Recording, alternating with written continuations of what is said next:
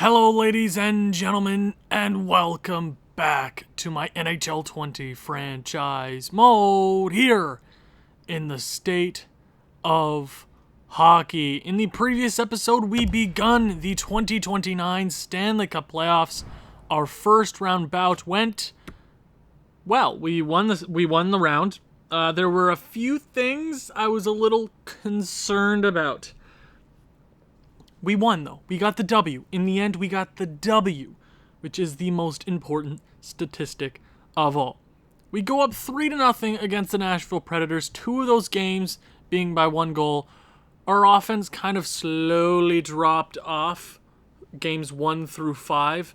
8-4 victory, 4-3 victory, 2-1 victory, 2-1 OT loss, and that overtime, man, Nashville's goalie in Spencer Knight was off the charts the games 3 through 5. And then a 4-1 loss, and then we go out there in Nashville, win 8-2 on their home ice to beat them in 6. Now, that's another one of those series where we were up by a hefty margin, 3-0. And they almost force a game 7. Unacceptable, Minnesota.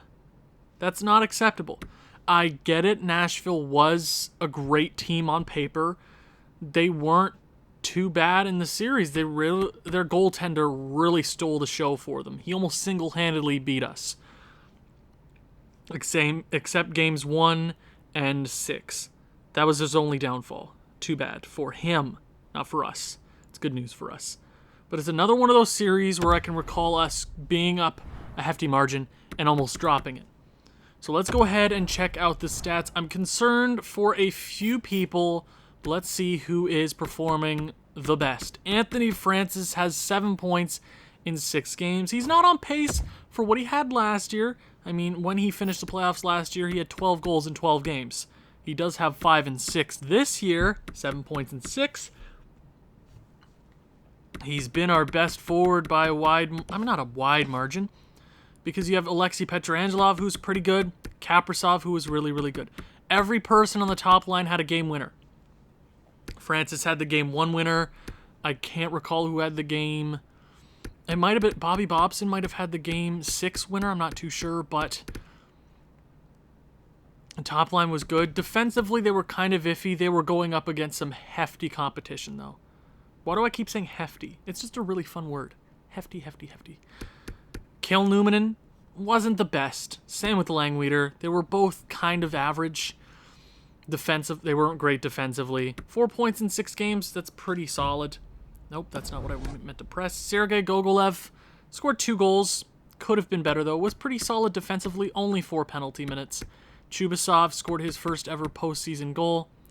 Chris Griffin was okay. Bobby Bobson was the same. Better defensively, though. Lionel Waters, 2 points. Not too shabby. Thalberger, 1 point. Jack Eichel had 1 point in 2 games. He did miss the majority of the first round, and Fitzgerald had no points in 4. So other than the top 6 players, everybody else was kind of flat. The bottom 6 defensively, they did really, really well. Compared to Nashville's depth, Nashville had some offensive talent in their bottom 6 that could easily be top 6 players, first line forwards potentially. So on that end of the ice, we did really, really well. But we need to step it up. Defense. Now, our leading scorer in the postseason so far is the best defenseman of this generation. He's this generation's Bobby Orr. He's the best on the blue line. 9 points in 6 games. He's taken home his 6th straight Vezina, no doubt. Did I just say Vezina? Yeah, he's basically a goalie. It doesn't even matter. His 6th straight Norris Trophy. Best defenseman in the NHL, no doubt. Marcus Mironov was also really, really good. 7 points. Quietly, this guy gets it done. He had 7 assists, no goals. He usually is a pretty good goal scorer. I mean, he scored at least 5 goals every year. His lowest was 7. Was it 7? Or was it all the way back here? No, it was 7. He's a pretty good goal scorer, but he slides under the radar with 7 assists, and I'm happy for that. Brant Clark was also really really solid. Our top defensemen always get it done. I'm not ever worried. I believe it was 2 seasons ago where Quinn Hughes fell really, really flat in the postseason. I want to say that's the year we got eliminated by Edmonton. So he fell really, really flat that year. But this year, he's our best player. Top 3 defensemen are getting it done. Potvin, Bissonnette, and Parrish. And Parrish is kind of even. He hasn't been a liability. He also hasn't been a positive. I mean, not being a liability doesn't make you a positive, but it also doesn't make you a negative. It's whatever. Bissonnette has 2 points, but he's a -1. Usually he's a plus player. I mean, he is an 84 overall now and a top 4 defenseman.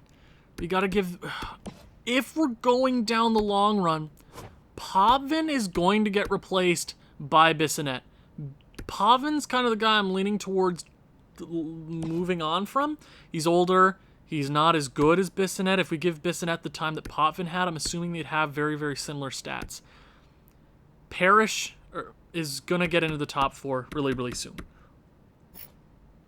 But that's a problem for another time. Goaltending. Yeah, Rensfeldt wasn't great. You know, I mean, that OT loss and the regulation loss, they weren't bad losses. They were both, I want to say, 2-1 losses? No. 4-1 loss and then the 2-1 OT loss. They weren't both on him. I did get a little mad. He has a 2.5 goals against, which isn't bad. Save percentage has to go up, though. They did score a lot of goals on us. The games, they were just really awful games for Christian Rensfeldt. He didn't have a lot of shots against, and he just let up a bunch of goals. So that's definitely on him, but we're here in the second round, and we are playing our longest rivals, our biggest rivals ever. We have a lot of history, and in recent memory, we have been on the right side of that history. The first round, they actually swept Chicago, and there were a lot of sweeps in the first round. 4 to be exact. The Rangers over Washington, Toronto over Boston, so we have Boston's first, which means it's going to fall in the middle of the first round, which is good. Vancouver swept Edmonton. Thank God. I don't want to see Edmonton ever again.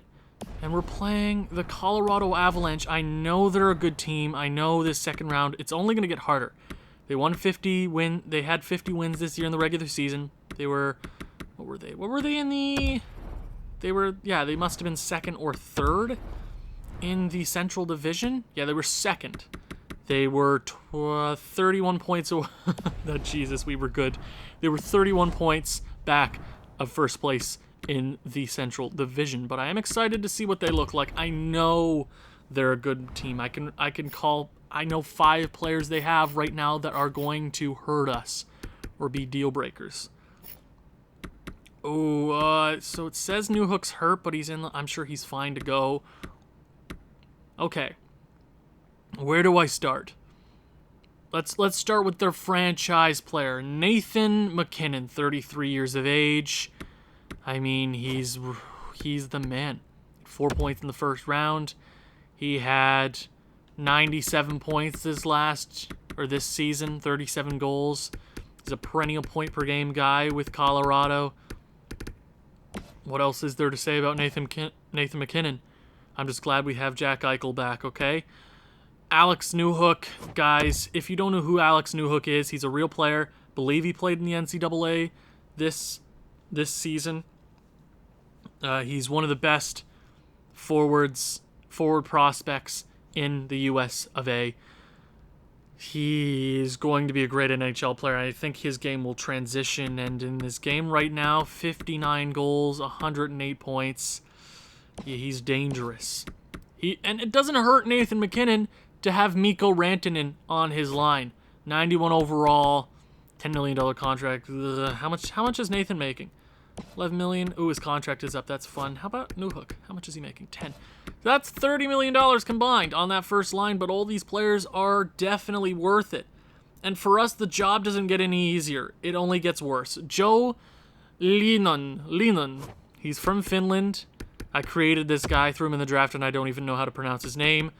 He hadn't. Oh, he did miss a bunch of games. I'm like, oh, only 60 points. He only played 55 games, so he's been hurt the majority of the season. Hopefully he gets hurt again. Maybe breaks both his legs.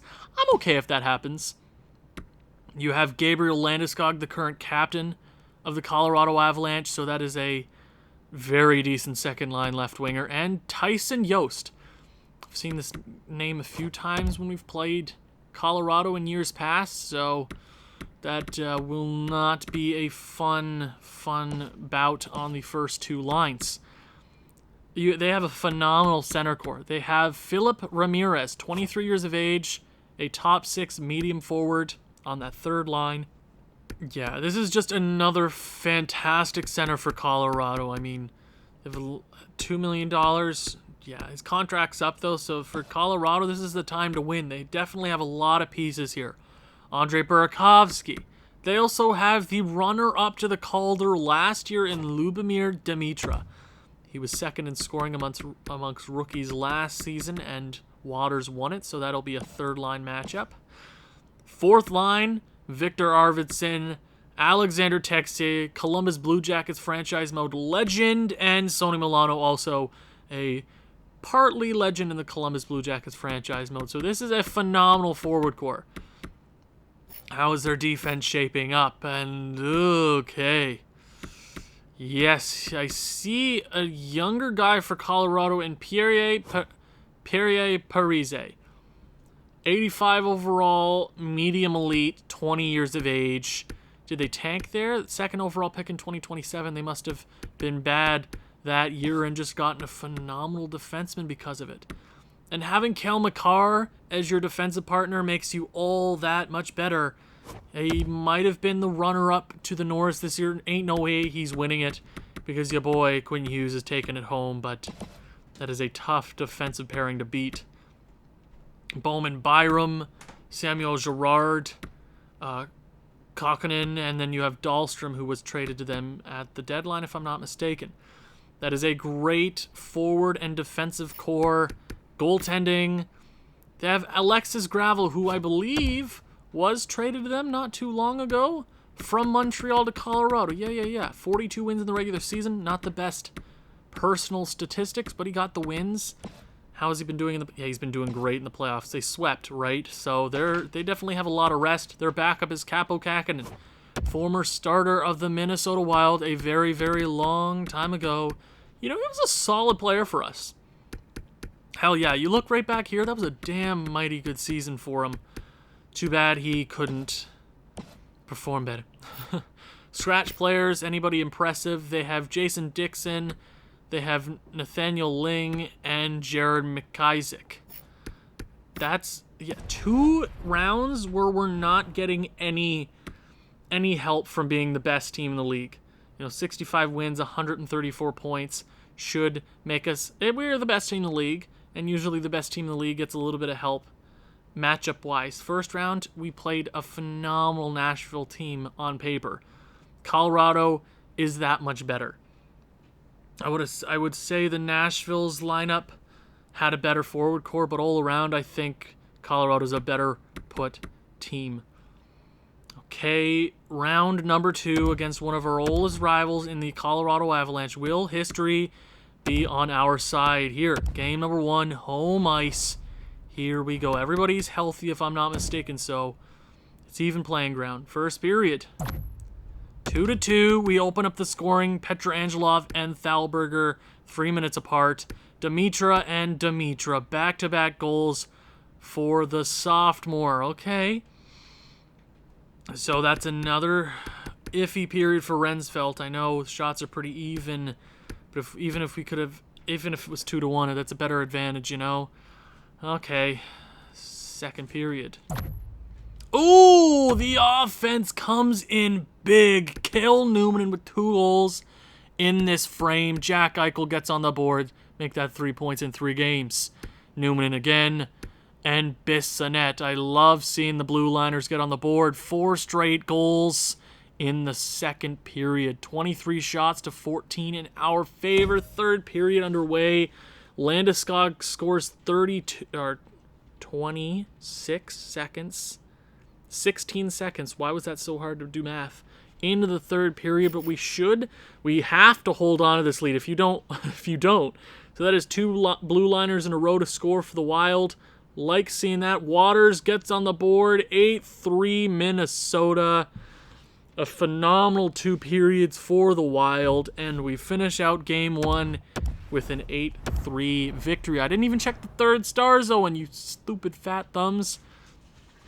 Oh, and somebody flushes the toilet. How many episodes in a row has this been where I've been like, oh, somebody flushed the toilet? I feel like I have to acknowledge that, because then somebody will comment, oh, did you hear that noise at 15 minutes and 20-ish seconds? I'm sorry. Game number 2, home ice. Hopefully the offensive momentum is in our favor. First period. Okay. Alexander Texier. I do love seeing that name on the board if this was Columbus, but it's not. 2-0 Colorado, but Numminen scores a late first period goal to make it a 1-goal difference. Rensfeldt has not been good. I'm losing faith in him so quickly. Maybe we give it to somebody else. We have Tallender in the AHL, and I did see that the Iowa Wild were eliminated, which sucks for us. Okay. Second period. Okay, Cale Numminen scores. Is that his second? Second of the game. He is heating up. This has definitely been his round. Shots are in our favor, 19-17. Here we go. Third period underway. It's an even game. Can we get 1 or 2? That would be great. Power play early, and we capitalize. Best player in the NHL, and Cale Numminen completes the game number 2 hat trick. Power play goal for Colorado. It's still a close game. Power play for Minnesota. Again, Louis Langleiter on the power play, restoring the 2-goal lead with a quarter of the third period remaining. We will hold on for the game 2 victory. A power play to end the game. No need for the extra goal. Cale Numminen with a phenomenal game 2 performance. That's exactly what I needed to see from him. Quinn Hughes actually leading the team in points with 12 now. He's an absolute stud, and there's no doubt about it. So we have 3 series that are 2-0. Buffalo over Toronto, the Winnipeg Jets over the Canucks, and us over Colorado. Game number 3, heading to the Pepsi Center. We've been in this situation before. Here we go, Minnesota. Come on, boys. First period. Okay, Bobby Bobson opens the scoring. 8:50 into the first period. Andre Burakovsky ties it late, and Mikko Koskinen. Why did I say Mikko Koskinen? Mikko Rantanen. I don't know why I had Koskinen on the mind. I don't know. I was just thinking of terrible Edmonton goalies. Oh! And it's Colorado's lead. We lead in shots, 15-9. Man, Rensfeldt's been bad. Is this like the third game in a row with two goals in the first period? Oh, man. Rensfeldt. Second period. Linon makes it 3-1. Numminen makes it a 1-goal game, and Nathan MacKinnon scores that 2-goal lead. Rensfeldt, you've been bad. I'm losing faith in him way quicker than I did Weeman. You have a short leash right now. Long power play. Power play for Colorado. We kill it off. We still have a game here. Can we get 1? Maybe 2. A little bit of magic, Minnesota. And nothing is going to happen here. Linon, his second goal of the evening, makes it a 3-goal game. And Colorado cuts the series lead in half. A big performance on their home ice gravel with the first star of the evening. Oh, Minnesota. I know I shouldn't always expect to go up 3-0, but I know we're the better team. I know that's a fact. Oh, okay. Game number 4. Pepsi Center. Can we get a little bit of help here from our offense? First period. 2-1, Bobby Bobson opens the scoring yet again. Alexander Texier ties it up, and Gogolev makes it a 2-1 game. Okay, Rensfeldt, seriously, dude, can you shut it down for more than 1 period? That'd be great. Shots are pretty even, 13-11. Okay, second period. Oh, for the love of God, Rensfeldt, I will trade you away if I have to. You're probably... Ooh. Oh, Rensfeldt, please, man. I don't ask for a whole lot, man. Please. You were bad in the regular season. You were propped up by a phenomenal defense and offense, and you didn't even put up really good statistics. You got the wins, yeah. Oh, you're not helping my situation here. Okay, third period. Shots are pretty even. Cale Newman takes the lead. That's a big goal. That's 9 goals in 10 games for Cale Newman. Okay, come on. He's been a big part of our success here in this round especially. Can we hold on? Quarter of the period remaining. A little under that now. Can we hold on? And we do. A big opening goal to the third period secures the game for victory. Alexander Texier with 5 hits and 3 points, but that is not enough to beat Minnesota on their home ice. And we head back to the XL Energy Center with a chance to wrap up this series in 5 games. Okay, there's a few names that I have yet to see, and I'm waiting to see, and they need to show up right here. We have had... Okay. This same time last year, we had a 3-1 series lead over the Dallas Stars. 3-1 lead. We're going up against one of our biggest adversaries. Finish it out. Close one series in your life, Minnesota. Game number 5, home ice. Here we go, boys. First period. I'm Nathan McKinnon with 8 seconds left. Rensfeldt, he's right in front of your net, dude. Like, literally, take your stick and do whatever you need to do. They had 3 shots. Oh, Rensfeldt, I'm losing all confidence. You have not put up one decent game in a very long time.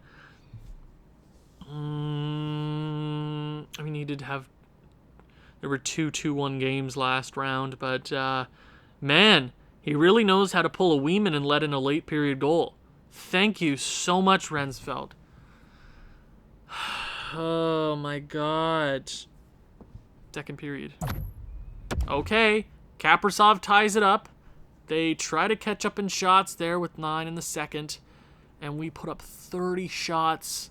Gravel is standing on his freaking head. He's pulling a Spencer Knight. Come on, Minnesota. Can you finish one off for the... Oh, I'm going to smack this freaking table. Minnesota, come on, man. Minnesota, power play. That's such a long power play and you can't capitalize on Alec. Really? Really? Really, Minnesota? We're going to pull it. We're going to do this right now. You're really going to pull what you did last year. Okay. Okay. Okay. Okay. Okay. Okay. Okay. Okay. Okay. Okay. Okay. Okay. Yeah, so are we gonna... If we blow this series, I'm blowing it up. I'm blowing this team up. You heard it here first. See, there will be changes. I don't know what I'll change, but there will be changes. I don't want to make changes. I want this team to win. So you put me in an iffy frickin' situation. I really am debating putting in the backup goaltender. I'm really debating. Rensfeldt, you've been bad. Mackey's going in. You know what? Tallender. Tallender's a beauty. Friggin' beauty, bud. He even... Oh, they did lose in the first round. Mackey, you know what? Mackey's going in. Probably shouldn't screw with us, but... Game number 6. Come on, Minnesota. Please. First period. Do our goaltenders not know how to work? Like, it doesn't matter what it doesn't matter what overall you are. And when you have like 100 offense and 100 defense, you literally don't simulate well ever. And when you have like a 78 overall goaltender in net, it doesn't ever work. And no, it does work. They play like a Vezina winner. Second period. Oh, thank the Lord. Jack Eichel shows up. Hell yeah, man. Anthony Francis, thank God. It's still only a 2-goal lead. I don't like that. I don't like it. I don't like it. I don't. I don't. I don't like it. Third period. Okay, Minnesota, please just hold on. Mackey, please just hold on, man. You literally just stand there in front of the net. Hold on to the puck as much as you possibly want to. Please. Halfway through the third. Minnesota, please. Minnesota, please. Yes? Yes? No! No! Don't you do it. Oh, Anthony Francis with the empty netter. Oh, I thought it was happening. Oh. Francis with the all-important empty netter. Lehnen tries to make it a game. He does make it a game, and we finish out this series in 6. That's 2 straight series where we definitely should have finished the series way before it ended.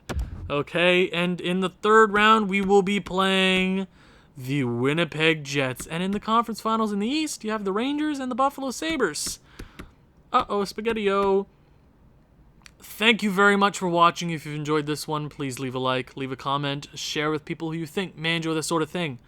I'll see you in the next run. Ciao.